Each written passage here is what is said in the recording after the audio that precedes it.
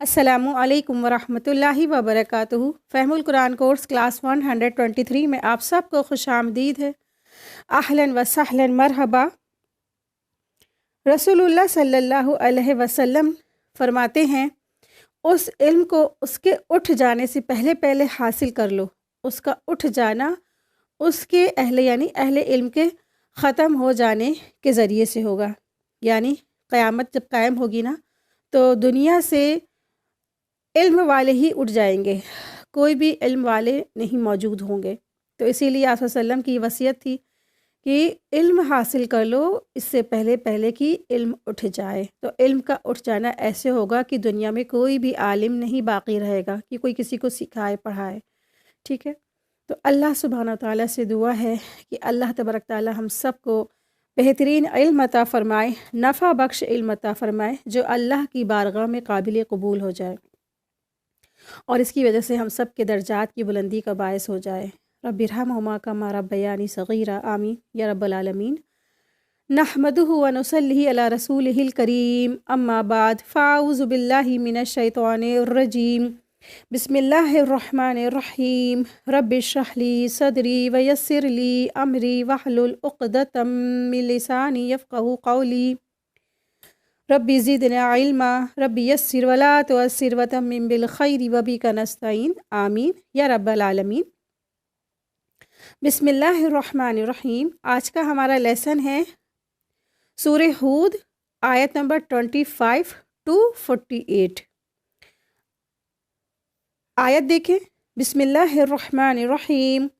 وَلَقَدْ أَرْسَلْنَا نُوحًا إِلَىٰ قَوْمِهِ إِنِّي لَكُمْ نَذِيرٌ مُبِينٌ۔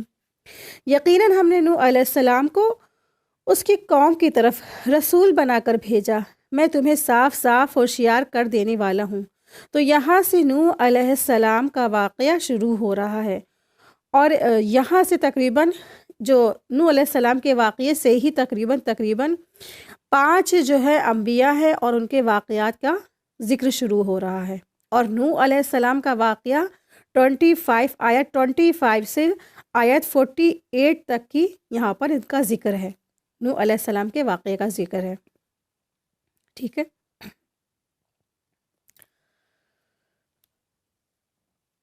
اور اللہ کے رسول جو نوح علیہ السلام تھے انہوں نے کہا کہ میں تمہیں کیا کرنے والا ہوں، انی لکم نذیر مبین۔ نوح علیہ السلام بھی رسول تھے، ٹھیک ہے، اور انہوں نے کیا کہا کہ میں تمہیں صاف صاف ہوشیار کر دینے والا ہوں۔ تو کس طرح سے کہا کہ انی لکم نذیر مبین؟ یہ وہی دعوت اور توحید ہے جو ہر نبی نے آ کر اپنی قوموں کو دی کہ میں تو تمہیں کیا کرنے والا ہوں، خوشخبری دینے والا اور بشارت دینے والا ہوں۔ یہی دعوت اور پیغام سارے نبیوں نے آ کے اپنی قوموں کو دی۔ آیت دیکھیں، آیت نمبر 26، کہ تم صرف اللہ ہی کی عبادت کرو گے، اللہ تعبدوا الا اللہ، کہ نہیں تم عبادت کرو گے سوائے اللہ کی، ٹھیک ہے، کہ تم صرف اور صرف اللہ کی عبادت کرو گے، مجھے تو تم پر دردناک دن کے عذاب کا خوف ہے۔ تو یہ کون کہہ رہے تھے؟ یہ نوح علیہ السلام اپنی قوم سے فرما رہے تھے، ٹھیک ہے۔ تو آپ دیکھیں کہ دراصل اس آیت میں نا، یہاں سے جو 25 آیت سے جو شروع ہو رہی ہے بات، تقریباً 5 انبیاء اور ان کی قوموں کے واقعات بھی شروع ہو رہے ہیں۔ سب سے پہلے اسٹارٹنگ کس کی ہو رہی ہے؟ نوح علیہ السلام کی۔ اور نوح علیہ السلام کہتے کہ میں تمہیں خبردار کرنے والا ہوں۔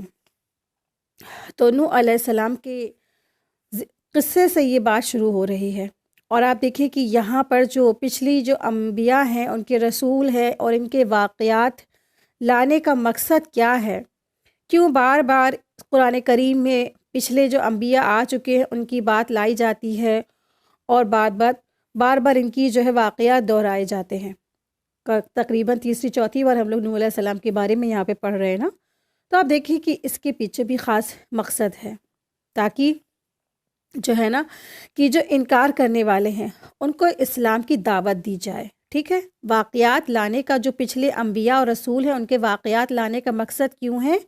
تاکہ انکار کرنے والوں کو اسلام کی دعوت دی جائے اور انہیں بتایا جائے کہ اگر انہوں نے حق سے منہ پھیرا تو ان کا انجام بھی انہی قوموں کے جیسا ہو سکتا ہے، دوسری بات یہ کہ رسول اللہ صلی اللہ علیہ وسلم کو تسلی بھی دینا مقصود ہے کہ آپ سے پہلے بھی بہت سے انبیاء کرام آئے جن کو ان کی قوموں نے جسمانی اور ذہنی تکلیفیں پہنچائیں اور اذیتیں پہنچائیں، لیکن کیا کیا انہوں نے؟ صبر سے کام لیا اور اللہ کا دین وہ پہنچاتے رہے، یہاں تک کہ ان کے قوموں کے بارے میں اللہ کا فیصلہ آ گیا۔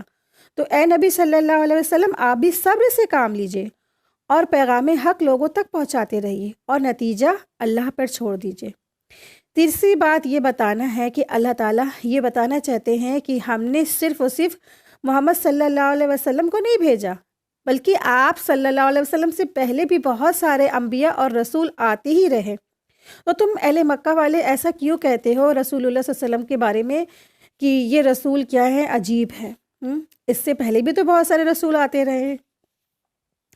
تو سب سے پہلے حضرت نوح علیہ السلام کو اللہ تعالیٰ نے اپنی قوم کو دعوت اسلام دینے کے لیے نبی بنا کر بھیجا تھا۔ کہا جاتا ہے کہ وہاں کفر اور شرک اور برائی اور فساد زمین میں بھر گئی تھی۔ حضرت نوح علیہ السلام نے ان سے کہا کہ میں تمہیں اللہ کے عذاب سے ڈرانے کے لیے بھیجا گیا ہوں۔ لوگوں نے کہا تو ان کے اپوزٹ میں جب انہوں نے پہنچائی تو انہوں نے ان کی بات نہیں مانی، لیکن نوح علیہ السلام نے کیا کہا کہ میں تمہیں اللہ کے عذاب سے ڈرانے کے لیے بھیجا گیا ہوں۔ لوگوں، اللہ کے سوا دوسرے کسی کی عبادت نہ کرو، ورنہ مجھے ڈر ہے کہ تمہیں اللہ تعالیٰ کہیں دردناک عذاب میں گرفت میں نہ لے لے۔ ٹھیک ہے، تو اس طرح سے نوح علیہ السلام نے ان کی طرف دعوت و تبلیغ کا کام کیا، لیکن ان کی قوم نے نہیں مانا۔ اور آیت دیکھیں، آیت نمبر 27 ہے۔ اس کی قوم کے کافروں کے سرداروں نے جواب دیا کہ ہم تو تجھے اپنے جیسا انسانی دیکھتے ہیں اور تیرے تابع دار کو بھی ہم دیکھتے ہیں کہ یہ لوگ واضح طور پر سوائے ہیچ لوگ ہیں اور کوئی نہیں جو بے سوچے سمجھے تمہاری پیروی کر رہے ہیں۔ ہم تو تمہاری قسم کی برتری اپنے اوپر نہیں دیکھ رہے ہیں، بلکہ ہم تو تمہیں جھوٹا سمجھ رہے ہیں۔ ٹھیک ہے، تو اس طرح سے ان کے قوم کے سرداروں نے یہ جواب دیا۔ قوم کے جو سردار تھے تو انہوں نے کیا جواب دیا؟ حضرت نوح علیہ السلام کو ان کے قوم کے سرداروں نے دعوت کو ان کی جو ہے رد کر دیا۔ نوح علیہ السلام کے قوم کے سرداروں نے نوح علیہ السلام کی جو دعوت ہے ان کو رد کر دیا اور ان کے نبی ہونے میں ان کے 3 قسم کا شک ظاہر کیا۔ پہلا سوال یہ کیا کہ تم ہماری طرح ایک انسان ہو، تم نبی کیسے ہو سکتے ہو؟ تم نبوت کے حقدار کیسے ہو سکتے ہو؟ دوسرا سوال یہ کہ قوموں کے سرداروں میں سے ایک نے بھی تمہاری پیروی نہیں کی، یعنی کہ تمہاری پیروی سب سے چھوٹے جو طبقے غریب قسم کے حقیر جو غریب لوگ ہیں، مسکین لوگ، وہ تمہاری پیروی کرتے ہیں، جو کم عقل اور بے وقوف ہیں۔ اگر تم نبی ہوتے تو تمہاری جو پیروی بڑے بڑے سردار جو معاشرے کے بڑے معزز لوگ ہیں نا، ریسپیکٹفل پرسن، ہائیسٹ لیول والے، وہ تمہاری پیروی کرتے۔ پھر تیسرا سوال انہوں نے یہ بھی کیا کہ تمہارے ماننے والوں میں سے کوئی جو خوبی نظر نہیں آتی جو ہم میں نہ ہو، پھر نبی کیسے تم ہو سکتے ہو؟ ٹھیک ہے، تو سیم اسی طرح سے جو کفار مکہ تھے وہ بھی آپ صلی اللہ علیہ وسلم کے بارے میں یہی کہا کرتے تھے، اسی طریقے سے، کیونکہ آپ صلی اللہ علیہ وسلم پر ایمان لانے والے بھی کون سے تھے؟ پہلے کے پہلے معاشرے کے غریب تر لوگ، حقیر تر لوگ جو بہت غریب ہوتے ہیں۔ ٹھیک ہے، تو اس طریقے سے انہوں نے جو ہے آپ صلی اللہ علیہ وسلم کی بات کو نہ مانا اور آپ صلی اللہ علیہ وسلم کی بات کو ریجیکٹ کر دیا۔ کیا کہہ کے کہا کہ آپ کی جو ہے اتباع کون لوگ کرتے ہیں؟ معاشرے کے غریب تر لوگ، حقیر تر لوگ۔ اس سے پتہ چلتا ہے کہ یہ لوگ کتنے تکبر کرنے والے تھے۔ حق کی تاریخ میں یہ بات بھی ہر دور میں سامنے آتی رہی ہے کہ ابتدا میں اس کو یعنی کہ حق کو اپنانے والے ہمیشہ وہی لوگ ہوتے ہیں جنہیں معاشرے میں بالکل کم تر سمجھا جاتا ہے، اور صاحب حیثیت اور خوشحال طبقہ ایمان اور حق کی دعوت سے محروم رہتا ہے، حتیٰ کہ یہ جو چیز پیغمبروں کے پیروکاروں کی علامت بن گئی۔ چنانچہ جب شاہ روم ہرقل نے حضرت ابو سفیان رضی اللہ عنہ سے نبی کریم صلی اللہ علیہ وسلم کی بارے میں پوچھا تو اس میں ان سے ایک بات اور بھی پوچھی کہ اس نے پوچھا کہ آپ صلی اللہ علیہ وسلم کے پیروکار معاشرے کے معزز سمجھے جانے والے لوگ ہیں یا کمزور لوگ؟ تو حضرت سفیان رضی اللہ عنہ نے جواب میں کہا کہ کمزور لوگ ہیں، جس پر ہرقل نے جواب دیا کہ رسولوں کے جو پیروکار یہی لوگ ہوتے ہیں۔ صحیح بخاری کی حدیث نمبر 7، ٹھیک ہے۔ تو اس سے کیا پتہ چلتا ہے؟ ہمیشہ جو حق کی بات سننے والے جو لوگ ہوتے ہیں، سب سے پہلے سمینا واتانا کہنے والے ہوتے ہیں، وہ معاشرے کے غریب اور حقیر تر لوگ ہوتے ہیں، کیونکہ بڑے بڑے جو لوگ ہوتے ہیں وہ تکبر میں مبتلا رہتے ہیں۔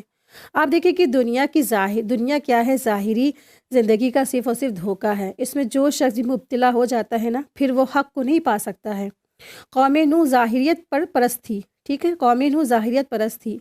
وہ سمجھتے تھے کہ دنیا کا مال اور دولت اور دراصل یہ جو چکا چوند ہمارے ساتھ ہے نا، یہ اس لیے پیغمبر تو ہم میں سے کسی کو ہونا ہی چاہیے تھا، یعنی کہ وہ یہ سمجھتے تھے کہ ہمارے پاس تو سب کچھ ہے، مال ہے، دولت ہے، ہمارا نیم فیم ہے، تو پیغمبری تو ہمارے میں سے ہونی چاہیے تھی۔ ایسا شخص جس کے پاس دنیا نہیں ہے نا، تو وہ پیغمبر کیسے ہو سکتا ہے؟ تو اس وجہ سے وہ ماننے کو تیار ہی نہیں تھے، اور ان کی عقل کام ہی نہیں کر رہی تھی۔ یہ اللہ کا فیصلہ ہے، اللہ تعالیٰ جس کو چاہے پیغمبری کے لیے چن لے، اور جو کچھ وہ بتا رہا ہے وہ کیا ہے؟ دراصل حق ہے۔ دیکھیے کبھی بھی نا کوئی بھی شخص بات کہہ رہا ہوتا ہے تو یہ نہ دیکھا کرے کہ کون کہہ رہا ہے، یہ دیکھا کریں کہ کیا کہہ رہا ہے۔ اللہ کا اگر پیغام پہنچا رہا ہے، اللہ کی بات کہہ رہا ہے، درس دے رہا ہے، تو اگر کہنے والا بات ٹھیک کہہ رہا ہے نا، تو وہ کوئی بھی بات ہو سکتی ہے، اس کا دنیاوی اسٹیٹس کچھ بھی معنی نہیں رکھتا، کچھ بھی ہو سکتا ہے، لیکن بات اگر حق پہنچا رہا ہے تو سن لیں۔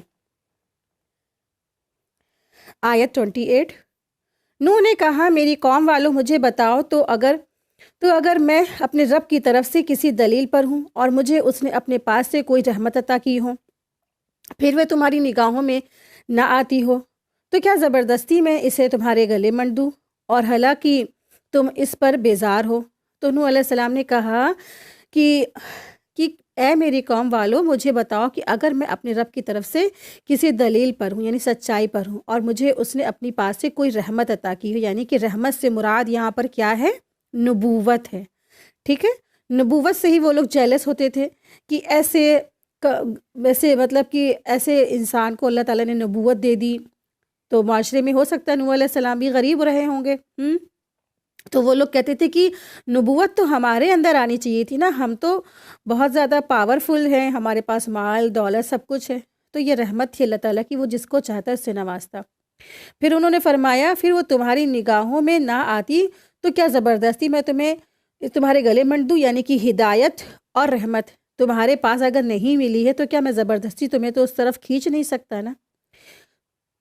تو پھر جو کوئی اگر بیزاری کرے گا ہدایت سے، اللہ کی رحمت سے، تو پھر اللہ کی رحمت اور ہدایت اس کو نہیں ملتی ہے۔ ہدایت کے لیے ضروری ہے کہ انسان اس کا کیا ہو؟ طلبگار ہو، وہ اللہ سے مانگے ہدایت، ہے نا، ہر ایک کے پاس ہدایت نہیں چلی جاتی ہے۔ آیت دیکھیں، آیت نمبر 29،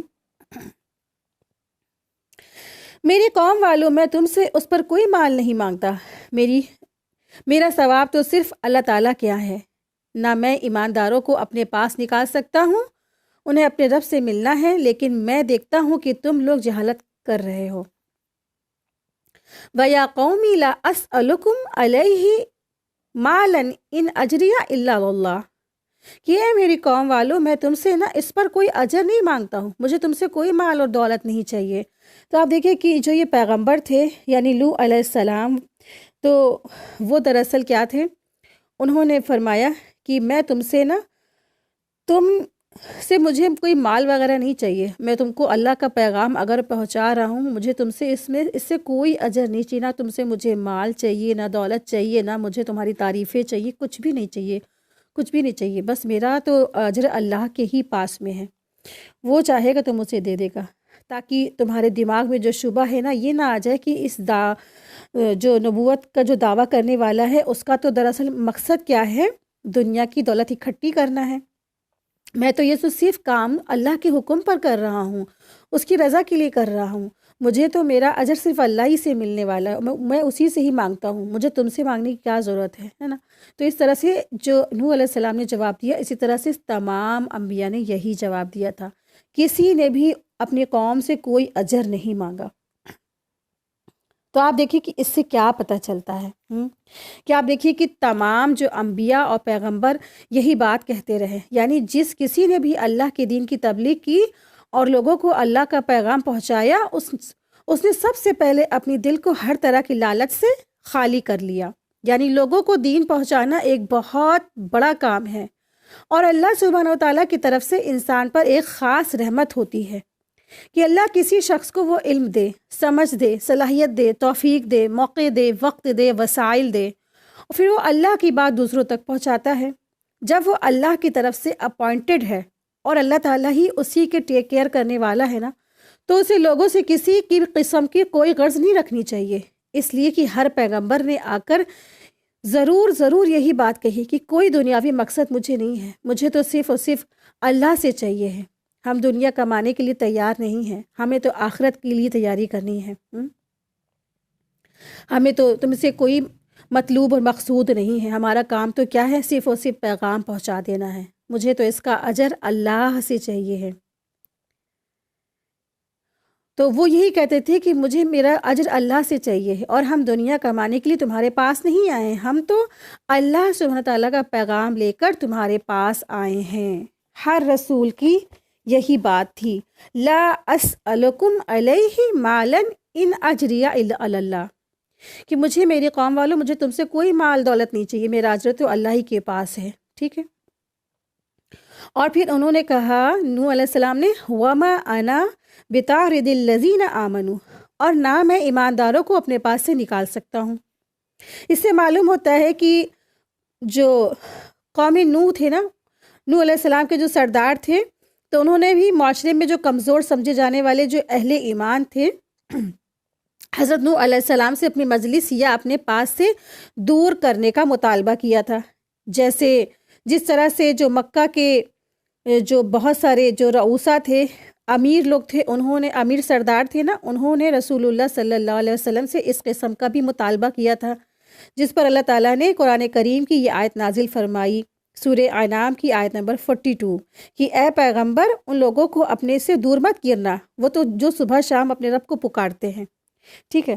تو اس طریقے سے ہر جو لوگ تھے، ہر قوم تھی، وہ اسی طریقے سے سردار جو غریب طبقے کے جو لوگ تھے، وہ چاہتے تھے کہ یہ رسول کے پاس سے ہٹ جائیں، چلے جائیں، تاکہ ہم ان کے پاس بیٹھیں۔ ان کو تکبر کی وجہ سے وہ غریبوں کے بیچ میں بیٹھنا اچھا نہیں لگتا ہے نا، اتنے زیادہ ان کے اندر تکبر اور گھمنڈ موجود تھا۔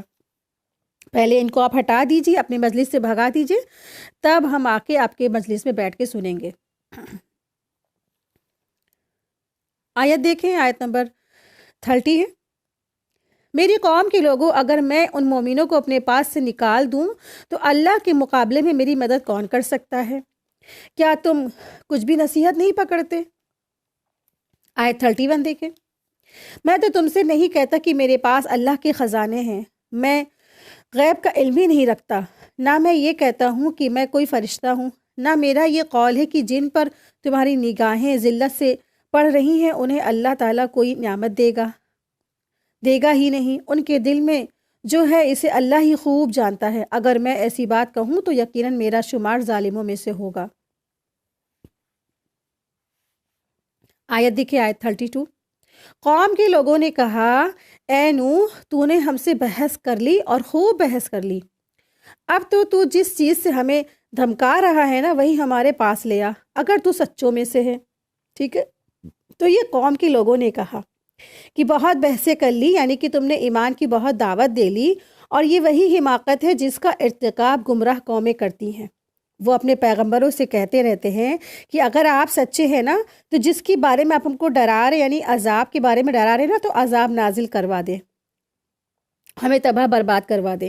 حالانکہ ان میں عقل ہوتی نہیں ہے، عقل ہوتی تو وہ یہ کہتے، ٹھیک ہے، اگر ان قوموں میں اگر عقل ہوتی تو وہ یہی کہتے کہ اگر آپ اللہ کے سچے رسول ہیں تو واقعی میں اگر آپ اللہ کے حقیقی رسول ہیں تو ہمارے لیے بھی دعا کر دیے، اللہ تعالیٰ ہمارا بھی سینہ کھول دے اور اللہ ہمیں بھی ہدایت دے دے۔ لیکن نہیں، انہوں نے کیا کہا کہ اگر آپ سچے رسول ہیں تو ہمارے اوپر عذاب لے آئیے، ٹھیک ہے۔ اسی طرح سے ابو جہل نے بھی دعا کی تھی نا، یاد ہے آپ لوگوں کو، جس نے کہا تھا اگر آپ سچے رسول ہیں، آپ صلی اللہ علیہ وسلم کو کہا تھا تو مجھ پر پتھروں کی بارش کر دیجیے۔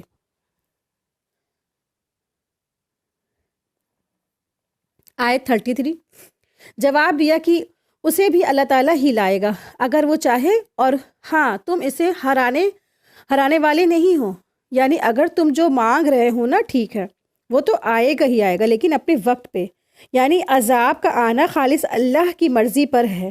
یہ نہیں ہے کہ جب تم اسے چاہو اور تم پر عذاب آ جائے، نہیں، جب اللہ چاہے گا، اس کا فیصلہ اللہ نے کیا ہوگا، وہ بھیج دے گا، پھر اسے کوئی بھی چیز روک نہیں سکتی ہے، کوئی چیز عاجز کرنے والی نہیں ہے۔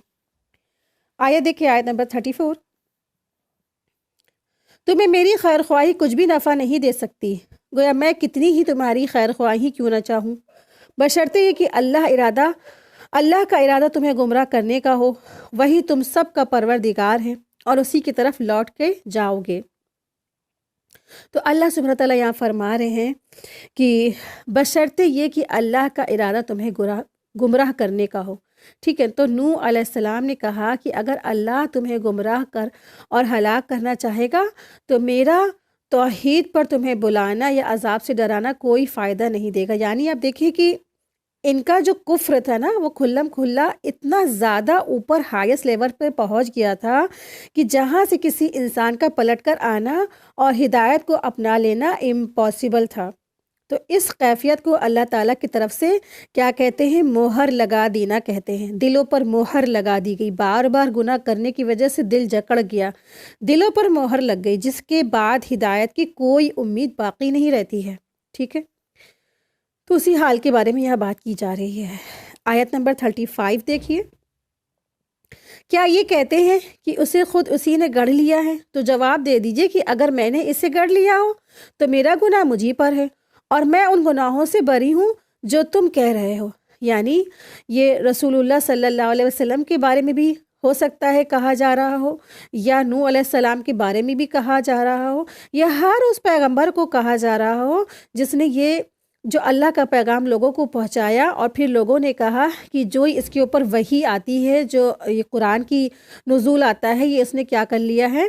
خود گڑھ لیا ہے، ٹھیک ہے۔ تو پیغمبر نے جواب دیا کہ میرا جو کام ہے، میرا کام تو کیا ہے؟ اسے پہنچا دینا ہے۔ اگر میں نے خود کچھ گڑھا ہوگا تو کیا ہے؟ میرا عذاب اور میرا جرم مجھی پر ہے، پھر میرے گناہوں کی جو ہے پکڑ تو پھر اللہ ہی کے پاس ہے، اگر میں نے کچھ ایسا کیا ہوگا۔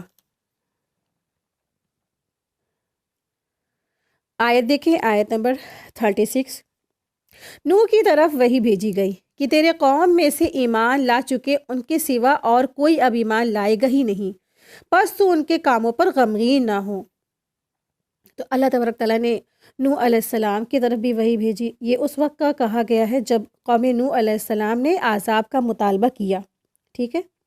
جب قوم نوح علیہ السلام نے عذاب کا مطالبہ کیا اور حضرت نوح علیہ السلام نے بارگاہ الہی میں دعا کی کہ یا رب زمین میں ایک بھی انسان بسنے والا نہ رہنے والا ہو، ٹھیک ہے۔ یعنی جو کفر کرنے والے جو لوگ ہیں ان میں سے کوئی بھی ایک انسان نہ بسنے والا ہو۔ تو اللہ تعالیٰ نے فرمایا اب مزید کوئی ایمان نہیں لائے گا تو ان پر غم مت کرنا، ٹھیک ہے۔ جتنے بھی ایمان لائے نوح علیہ السلام نے تقریباً ان کے اندر رہے اور 950 سال تبلیغ کی، اور 950 سال کی تبلیغ کے بعد سوائے چند یعنی کہ 80 لوگوں کے علاوہ کوئی بھی ایمان نہیں لایا، اور اللہ نے فرما دیا کہ اب کوئی مزید ایمان بھی نہیں لائے گا۔ تو جتنے بھی کفار ہیں ختم ہو جائیں گے، تو ان پر تم غم بھی مت کرنا، تم غمگین نہ ہونا۔ آیت دیکھیں، آیت نمبر 37 اور اللہ تبارک تعالیٰ نے وحی کی تھی ان کے اوپر کہ تم کیا کرو، ایک کشتی بناؤ۔ آیت 37 اور ایک کشتی ہماری آنکھوں کے سامنے بنا اور ہماری وحی سے تیار کر، اور ظالموں کے بارے میں ہم سے کوئی بات چیت نہ کرنا، وہ پانی میں ڈبو دیے جانے والے ہیں۔ وَاصْنَعِ الْفُلْكَ بِأَعْيُنِنَا وَوَحْيِنَا کہ ایک کشتی ہمارے آنکھوں کے سامنے بنا، ٹھیک ہے۔ تو یعنی ہماری آنکھوں کے سامنے بنا اور ہماری دیکھ بھال میں، ٹھیک ہے۔ تو ہماری آنکھوں کے سامنے بنا تو ایسا تو نہیں نعوذ باللہ کہ جیسے ہم لوگوں کی آنکھیں ویسی آگے آنکھیں ہوں اللہ کی، نہیں۔ تو اللہ کی آنکھیں انسانوں کی آنکھوں جیسی نہیں ہیں، اللہ کی آنکھیں اللہ بہتر جانتا ہے کیسی ہیں، ٹھیک ہے، لیکن اللہ دیکھتا ہے، ٹھیک ہے۔ اللہ کی صفات کیا ہے؟ دیکھتا ہے۔ تو یعنی اللہ سبحانہ وتعالیٰ نے فرمایا ہماری آنکھوں کے سامنے، تو اس سے مراد ہے کہ ہماری دیکھ بھال میں بنا۔ تو اس آیت میں اللہ رب العزت کے لیے جو صفات عین آیا ہے نا، تو یعنی آنکھ بھی اللہ کی صفتوں میں سے ایک صفات ہے، یعنی آنکھوں سے دیکھنا، دیکھنا بھی اللہ کی صفاتوں میں سے ایک صفات ہے۔ عین معنی کیا ہوتا ہے؟ دیکھنا ہے، بے عیونی نا، تو یعنی دیکھنا۔ تو اللہ کی صفاتوں میں سے یہ بھی ایک صفات ہے کہ اللہ دیکھ رہا ہے۔ اس کی جو آنکھ کی کیفیت کیا ہے تو انسان نہیں جان سکتے کہ اللہ کی آنکھوں کی کیفیت کیا ہے، کس طرح سے اللہ دیکھتا ہے، لیکن ہمارا ایمان اس پر لانا واجب ہے، ٹھیک ہے؟ تو جس پر ہمارا ایمان رکھنا ضروری ہے کہ اللہ دیکھ رہا ہے۔ تو کبھی بھی یہ تصور نہیں کرنا چاہیے کہ جیسی ہماری آنکھ ہے، جیسی لوگوں کی آنکھ ہے، ویسی اللہ کی آنکھ ہے، نہیں۔ اللہ ان سب سے بالکل الگ ہے، لیسا کمثلہ، اللہ کی جیسی مثال کسی کی نہیں۔ تو اللہ کی آنکھ ہے، اللہ دیکھتا ہے، لیکن کیسے ہے، کس طرح سے، واللہ عالم، یہ سب غیب کی خبریں ہیں۔ اور پھر اس میں اللہ سبحانہ تعالیٰ نے فرمایا وَوَحْیِنَا، کہ ہماری وحی سے تیار کر۔ تو ہماری وحی سے تیار کرنے کا مطلب یہ ہے کہ جو کشتی تیار کری جائے گی، وہ اس کی لمبائی کیا ہوگی، اس کی چوڑائی کیا ہوگی، وہ کتنی بڑی ہوگی، وہ کس لکڑی کی تیار ہوگی، اس کی کیا منازلیں ہوں گی، اس میں کتنی زیادہ کیا مطلب اس کا نقشہ ہوگا، کس طریقے سے وہ بنے گی، ٹھیک ہے؟ تو یہ سب نوح علیہ السلام کو وحی کے ذریعے سے بتا دیا گیا تھا۔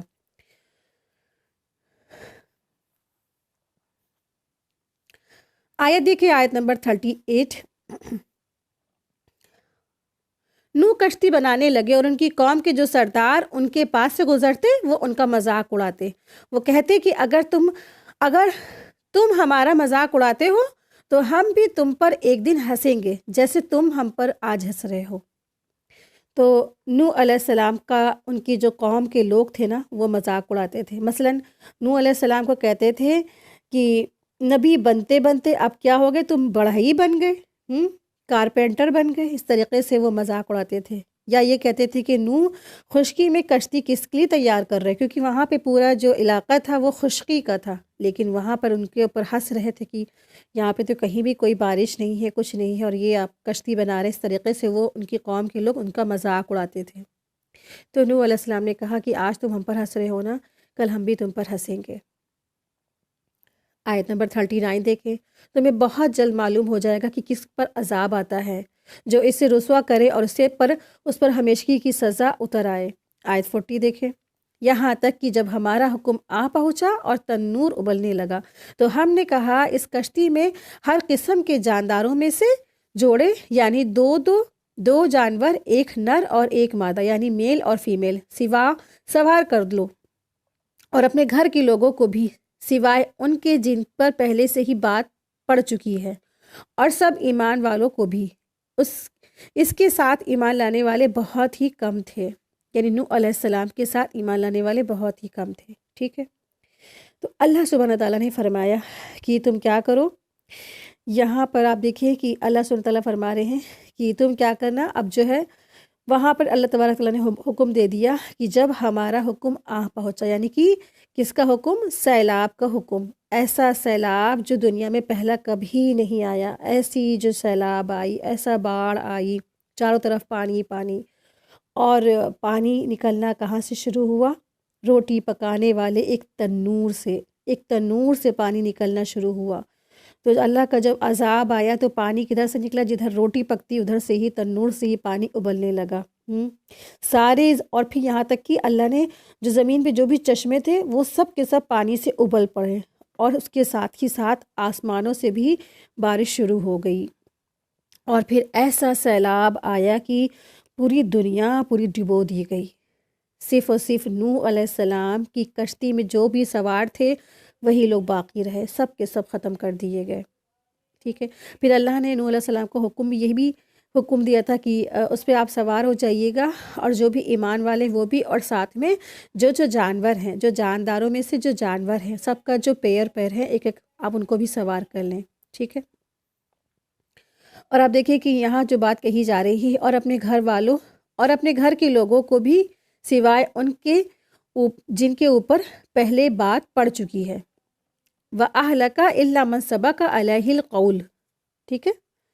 تو یہاں دیکھیں، یعنی جن کا غرق ہونا تقدیر الہی میں طے ہو چکا ہے۔ اس سے مراد جو کفار لوگ ہیں، سارے کفار جو کفر کرنے والے ان کی قوم تھی، اور پھر یعنی اپنے گھر والوں کو بھی کشتی میں سوار کر لیجیے، سوائے ان کے جن پر اللہ کی بات سبقت کر گئی ہے۔ یعنی نوح علیہ السلام کے گھر والوں میں جو ایک ان کا بیٹا تھا جس کا نام قینان یا یام تھا، اور اس کی جو بیوی، دونوں ہی کافر تھے، ٹھیک ہے۔ نوح علیہ السلام کا، اس بات کو غور سے سن لیجیے، نوٹ کر لیجیے گا آپ لوگ، نوح علیہ السلام کا جو ایک بیٹا قینان یا یام تھا اس کا نام، اور اس کی بیوی، دونوں ہی کافر تھے۔ اور حضرت نوح علیہ السلام کی جو بیوی وائلہ، یہ دونوں ہی کافر تھے، بیٹا، بہو اور جو بیوی، یہ تینوں ہی کیا تھے؟ کافر تھے۔ تو یہ تینوں کے تینوں کافر تھے، ان کو کشتی میں بیٹھنے والوں سے مستثنیٰ کر دیا گیا کہ یہ کشتی میں سوار ہونے والوں میں سے نہیں ہوں گے۔ یہاں پہ اللہ سبحانہ تعالیٰ نے فرمایا نا، الا من سبق علیہ القول، ٹھیک ہے، سوائے ان کے جن پر سے پہلے بات گزر چکی، سبقت لے گئی۔ اور پھر اللہ تبارک تعالیٰ فرما رہے ہیں کہ اور سب پر ایمان والوں پر بھی، اور اس کے ساتھ ایمان لانے والے بہت ہی کم تھے۔ تو جو ایمان لانے والوں میں سے کتنے لوگ تھے؟ بہت تھوڑے سے تھے۔ آپ جو نوح علیہ السلام تھے ان کی تبلیغ 950 سال، اور کل ایمان لانے والے کتنے تھے؟ 80، اور بہت سے مفسرین کہتے ہیں اس سے بھی کم لوگ تھے، 80 لوگ ایمان لائے۔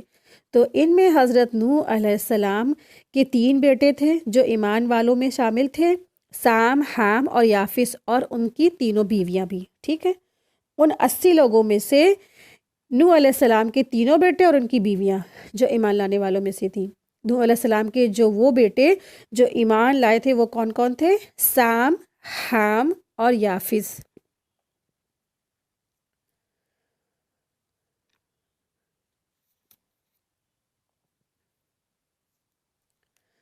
آیت دیکھیں، آیت نمبر 41 ہے، وَقَالَ ارْكَبُوا فِيهَا بِسْمِ اللَّهِ مَجْرَاهَا وَمُرْسَاهَا إِنَّ رَبِّي لَغَفُورٌ رَحِيمٌ۔ نوح علیہ السلام نے کہا اس کشتی میں بیٹھ جاؤ، اللہ ہی کے نام سے اس کا چلنا ہے اور ٹھہرنا ہے، یقیناً میرا رب بڑی بخشش والا اور بڑی رحمت والا ہے، بڑا رحم والا ہے۔ تو یہاں پہ جو یہ الفاظ آیا ہے مجرہا، ٹھیک ہے، تو نیچے کھڑا زیر ہے تو ری پڑھنے کی ضرورت نہیں ہے، یہاں پہ اس کو مجہول ہی پڑھیں گے، ٹھیک ہے۔ تو اس کو یہاں پہ قرآن کریم کا جو یہاں پر جو الفاظ ہے، اس کو جو را ہے نا، اس کو را کو جو ہے ری کی جگہ رے پڑھیں گے، مجرہا پڑھا جاتا ہے، ٹھیک ہے۔ یہ مجہول طریقے سے یہاں پڑھنے کو کہا گیا ہے۔ اور آپ دیکھیں کہ اللہ سبحانہ تعالیٰ کے نام پر اس کا جو ہے پانی کی سطح پر چلنا، بسم اللہ مجرہا و مرساہا، تو کیا کہا جا رہا ہے؟ اللہ کے نام کے ساتھ اس کا یعنی کشتی کا پانی کی سطح پر چلنا ہے، اور اللہ ہی کے نام پر اس کا ٹھہرنا ہوگا۔ اس سے ایک مقصد اہل ایمان کو تسلی اور دوسرا جو ہے حوصلہ دینا بھی ہے، یعنی اس کا جو بتانا مقصود اس لیے ہے تاکہ اہل ایمان کو تسلی اور حوصلہ ہو جائے، اور بنا وہ خوف اور بنا خطرے کے کشتی میں سوار ہو جائے۔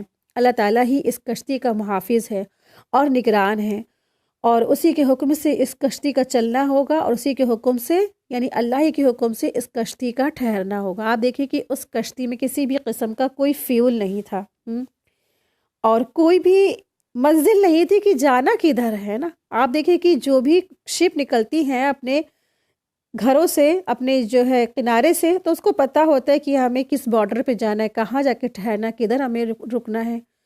اس کا تو کچھ معلوم ہی نہیں تھا، اسی لیے کہا جا رہا ہے اللہ ہی کے نام سے چلنا ہے اور اللہ ہی کے نام سے اس کا ٹھہرنا ہوگا۔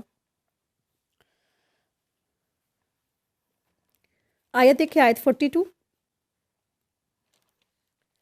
وہ کشتی انہیں پہاڑوں جیسی موجوں میں لے کر جا رہی تھی، اور نوح علیہ السلام نے اپنے بیٹے کو جو ایک کنارے پر تھا پکار کر کہا، اے میرے پیارے بچے، ہمارے ساتھ سوار ہو جاؤ اور کافروں میں شامل نہ ہو۔ تو اس طریقے سے نوح علیہ السلام نے اپنے بیٹے کو آواز لگائی، یعنی جب زمین پر پانی تھا، حتیٰ کہ پہاڑ بھی پانی میں ڈوب گئے تھے، ٹھیک ہے۔ پانی میں مطلب زمین پر اتنا پانی تھا کہ جو بڑے بڑے پہاڑ ہیں یہ سب کچھ ڈوب گئے تھے۔ یہ کشتی حضرت نوح علیہ السلام اور ان کے ساتھیوں کو اپنے دامن میں سمیٹنے اور اللہ کے حکم سے اور اس کی حفاظت میں پہاڑ کی طرح روا تھی، ٹھیک ہے، کیونکہ اللہ کے نام سے اس کا چلنا تھا اور اللہ کے نام سے اس کا ٹھہرنا تھا۔ سارے کے سارے پہاڑ ڈوب چکے تھے، سب کچھ سیلاب میں ڈوب چکا تھا اور پھر صرف کشتی ہی چل رہی تھی موجوں میں۔ پھر نوح علیہ السلام نے اپنے بیٹے کو آواز دی، اے میرے بچے اس کشتی میں آ جاؤ، کیونکہ نوح علیہ السلام نہیں جانتے تھے کہ ان کا بیٹا کفر کرنے والا ہے۔ وہ غلط صحبت میں پڑ گیا تھا، غلط صحبت کی وجہ سے پھر وہ دراصل کفر ہو گیا تھا، کافر ہو گیا تھا، اور اس بات سے نوح علیہ السلام انجان تھے۔ وہ بس چاہتے تھے کہ میرا بچہ اس ناؤ میں سوار ہو جائے، اس کشتی میں سوار ہو جائے، ٹھیک ہے۔ تو یہ حضرت نوح علیہ السلام کا یہ چوتھا بیٹا تھا، جس کا لقب کیا تھا؟ قنعان، اور نام یام تھا۔ اسے حضرت نوح علیہ السلام نے دعوت دی کہ مسلمان ہو جا اور کافروں کے ساتھ شامل رہ کر غرق ہونے والوں میں سے مت ہو جا، لیکن اس نے نوح علیہ السلام کی کوئی بات نہیں مانی، ٹھیک ہے۔ تو نوح علیہ السلام کا یہ بیٹا بھی کیا تھا؟ کافر تھا۔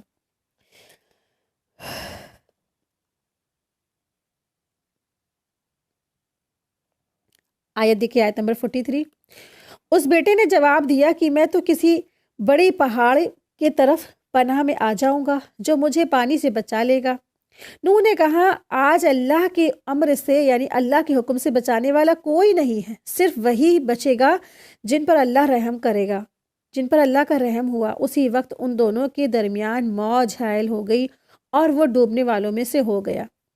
یعنی اس کا یہ خیال تھا، اس قنان کا یہ خیال تھا، کسی بڑے پہاڑی کی چوٹی پر چڑھ کر میں پناہ حاصل کر لوں گا، لیکن وہاں پانی کیسے پہنچ سکتا؟ وہاں تو پانی پہنچ ہی نہیں سکتا۔ آپ کوئی سوچے، آپ سوچنے کی بات ہے، اگر ہمالیہ پروت پر جا کر کوئی کھڑا ہو جائے اس کی چوٹی ایورسٹ پہ اور سوچے کہ میں پانی سے بچ جاؤں گا، تو یہ پاسبل ہے، سوچا جا سکتا ہے نا۔ لیکن یہ عذاب تھا۔ وہ نوح علیہ السلام جانتے تھے کہ آج کوئی بچنے والا نہیں ہے۔ اس طرح سے وہ بھی کیا ہوا؟ وہ بھی ڈوبنے والوں میں سے ہو گیا، غرق ہونے والوں میں سے ہو گیا، اور وہ ڈوب گیا۔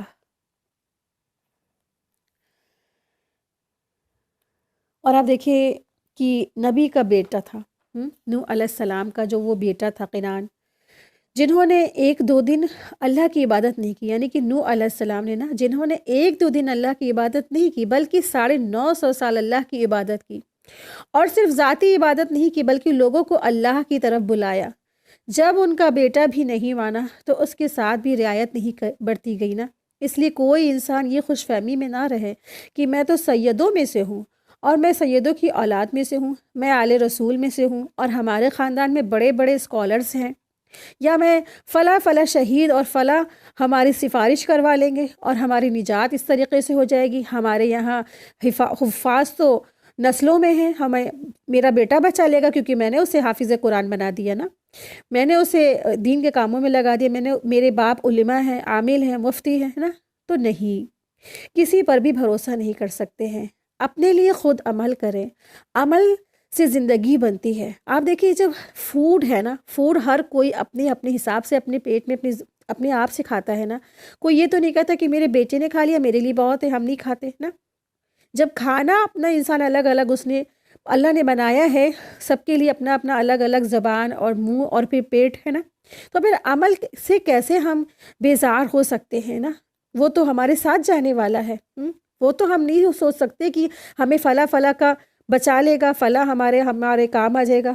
تو جنت بھی ہے اور جہنم بھی ہے، اور کمائی کہاں کرنی؟ یہیں پہ کرنی ہے، ٹھیک ہے۔ تو عمل سے زندگی بنتی ہے، جنت بھی اور جہنم بھی عمل سے ملنے والی ہے۔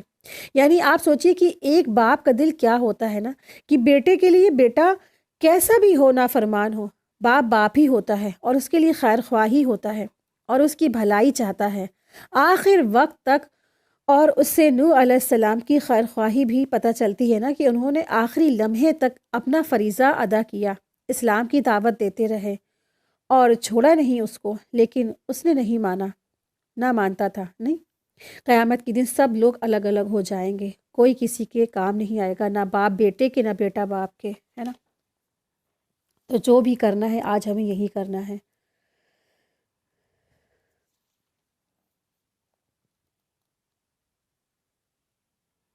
آیت دیکھیں، آیت نمبر 44۔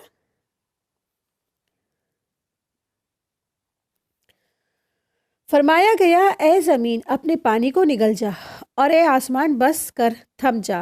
اسی وقت پانی سکھا دیا گیا اور کام پورا کر دیا گیا، اور کشتی جودی نامی پہاڑ پر جا لگی اور فرما دیا گیا ظالم لوگوں پر لعنت نازل ہو۔ ٹھیک ہے، تو اللہ سبحانہ و تعالیٰ نے جو ہے تمام کے تمام جو ہے لوگوں کو غرق کر دیا۔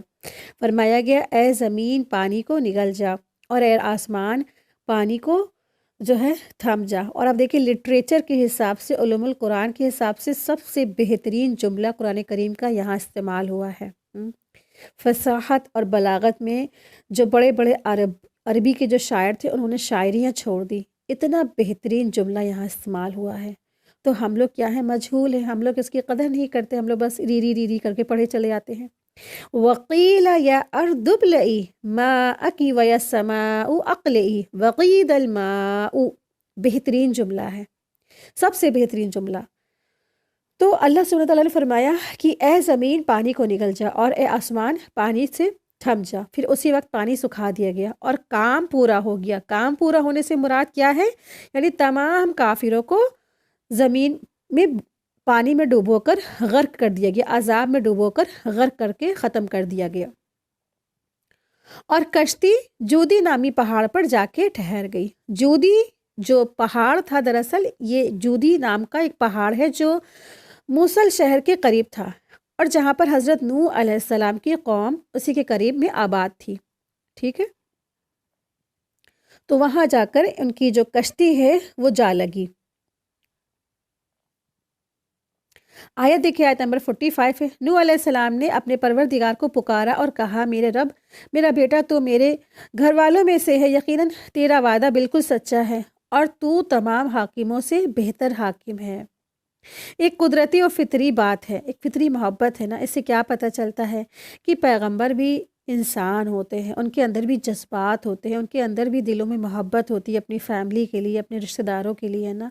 وہ فرشتے نہیں ہوتے ہیں، ان کے اندر بھی جذبات ہوتے ہیں۔ تو جب ان کو اپنی بیٹے کی یاد آئی تو انہوں نے کہا اے اللہ، میرا بیٹا بھی تو میرے گھر والوں میں سے تھا، تو میرا بیٹا کیسے ڈوبنے والوں میں سے ہو گیا؟ اللہ نے کہا تھا نا کہ تیرے گھر والے بچا لیے جائیں گے، لیکن ان کا بیٹا ہی ڈوب چکا تھا۔ تو آپ سوچیں کسی کے سامنے اس کا اگر بیٹا ڈوب جائے، ختم ہو جائے، کیا کیفیت ہوتی ہوگی نا۔ تو حضرت نوح علیہ السلام نے بھی غالباً یہ جو الفاظ ادا کیے یہ بہت زیادہ محبت اور جذبے کے مغلوب ہو کر بارگاہ الہی میں دعا کی تھی۔ تو اللہ تبارک تعالیٰ نے فرمایا کہ اے نوح، آیت دیکھیں آیت نمبر 46، اللہ تعالیٰ نے فرمایا اے نوح، یقیناً وہ تیرے گھر والوں میں سے نہیں تھا، اس کے کام بالکل ہی ناسائشہ تھے، تجھے ہرگز وہ چیز مانگنی نہیں چاہیے جس کا تجھے متعلقاً علم ہی نہ ہو۔ میں تجھے نصیحت کرتا ہوں کہ تو جاہلوں میں سے اپنا شمار کرانے سے باز رہے۔ اللہ اکبر۔ تو حضرت نوح علیہ السلام نے جو قرابت نسبی کا لحاظ کرتے ہوئے اسے اپنا بیٹا قرار دیا تھا، یعنی قریبی رشتہ دار تھا تو اپنے بیٹا قرار دیتے تھے، لیکن اللہ تعالیٰ نے ایمان کی بنیاد پر قرابت دین کے اعتبار سے اس کی بات کی نفی فرما دی کہ وہ تیرے گھر والوں میں سے نہیں ہے۔ اس کے لیے تو ایک نبی کا اصل گھرانہ تو وہی ہے جو ایمان لائے، جو ایمان نہیں لایا وہ نبی کا گھرانہ نہیں ہو سکتا، چاہے وہ کوئی بھی ہو۔ اور اگر کوئی ایمان نہیں لائے گا تو چاہے وہ نبی کا باپ ہو یا بیٹا ہو یا بیوی ہو، وہ نبی کے گھرانے کا کوئی بھی فرد ہو، تو وہ نبی کا گھر والوں میں سے نہیں ہے۔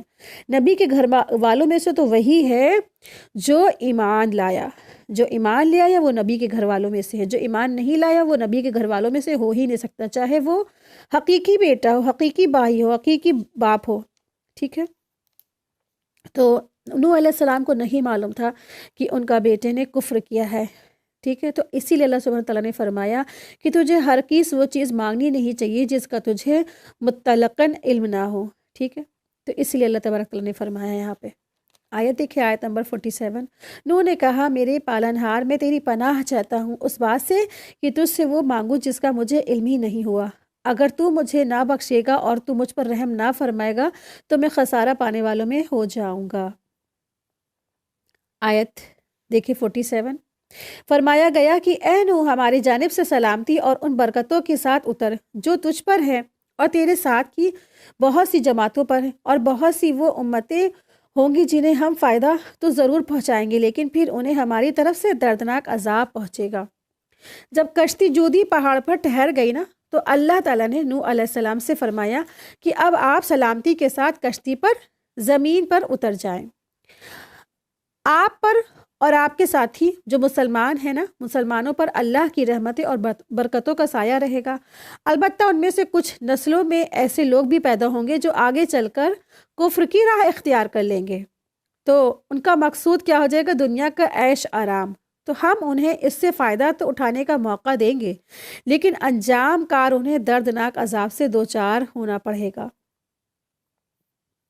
ٹھیک ہے، اسی کے ساتھ ہی آج کی ہماری کلاس مکمل ہوئی۔ وآخر دعوانا ان الحمد للہ رب العالمین۔ سبحانک اللہم و بحمدک، اشہد ان لا الہ الا انت، استغفرک و اتوب الیک۔ السلام علیکم ورحمۃ اللہ وبرکاتہ۔ جزاکم اللہ خیرا کثیرا۔